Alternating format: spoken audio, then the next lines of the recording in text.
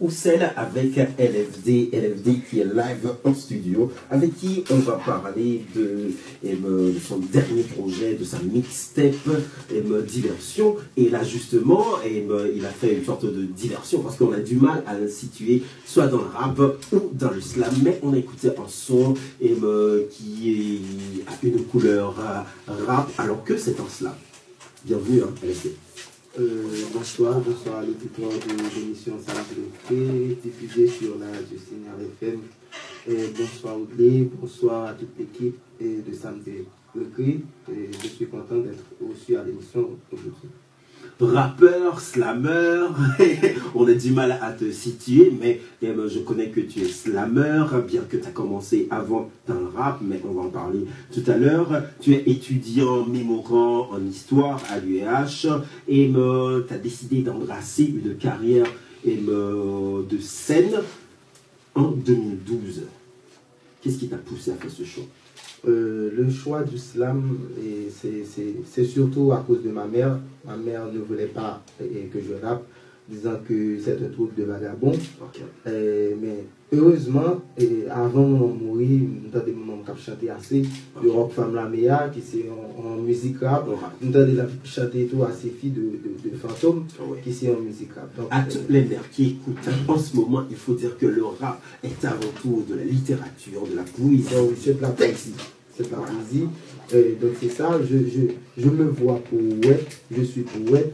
Et moi, j'ai choisi d'exprimer, d'utiliser le langage poétique de façon comme maman pas d'accord rap.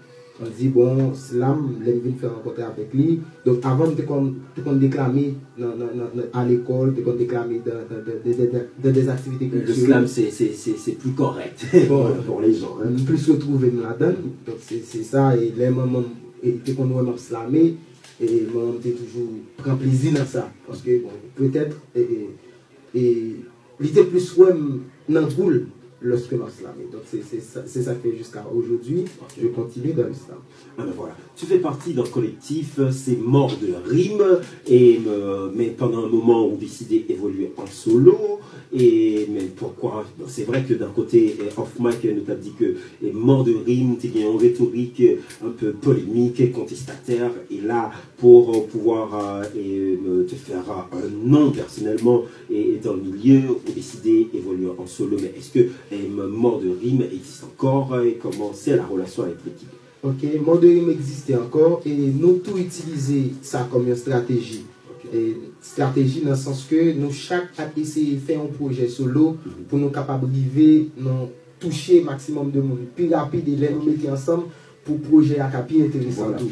Et deuxièmement, lancer mon carrière en solo, c'est par rapport avec tendance nous dans Mort de Rime qui a commencé très contestataire et après Mort de Rime pour écrire sur tout thème et moi-même avec mes interprétations de un texte qui titre On reste debout, que je champion avec des noms concours national de slam.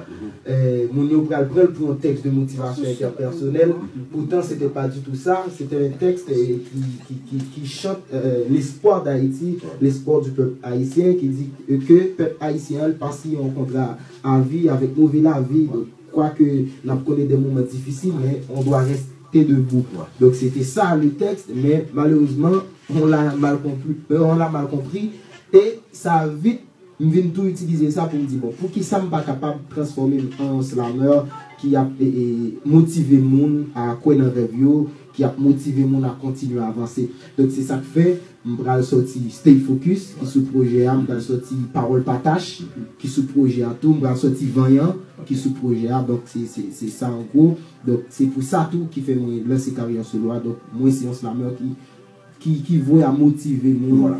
Pour continuer à vivre, continuer à rêver. Et justement, on parlait de projet qui c'est Diversion, qui gagnait 10 morceaux solides, côté que on choisit et mélanger ou bien jauger entre les frontières entre le rap et le slam d'un côté, et des fois on a dit est-ce que là ce morceau c'est du rap ou du slam? C'est vrai que c'est tellement similaire, tellement il y a des points communs entre le rap et le slam que des fois on peut faire un texte et et nos rapsouli et tout le monde pensait que c'est slam. Ce qui c'est arrivé pour Kerry James, d'autres artistes qu'on connaît. Mais là, on va écouter Bolané, le titre éponyme du projet, c'est Diversion. Diversion, et tout à l'heure, on va parler. Pourquoi ce titre, juste avant? Ce titre, c'est en fait, nous pointer du doigt là-dedans l'État surtout, parce que l'État qui profitait de méconnaissance peuple là pour lui faire une série de bagages prouvant qu'il a agi en faveur peuple là. Donc c'est ça, yo, nous dit que c'est en sorte dénoncer ou bien montrer au peuple haïtien et ensemble diversion politique dans l'État. Donc c'est que c'est ça en gros, et tout bail projet à côté non seulement il a annoncé que est-ce que son projet politique par rapport à texte qui commence là, pourtant après tout au long de projet moi plus lyrique, moi plus parler de sentiments, moi plus parler de l'amour, moi plus parler tout de questions. En quelque sorte le projet aussi c'est une diversion. C'est une diversion. Et voilà.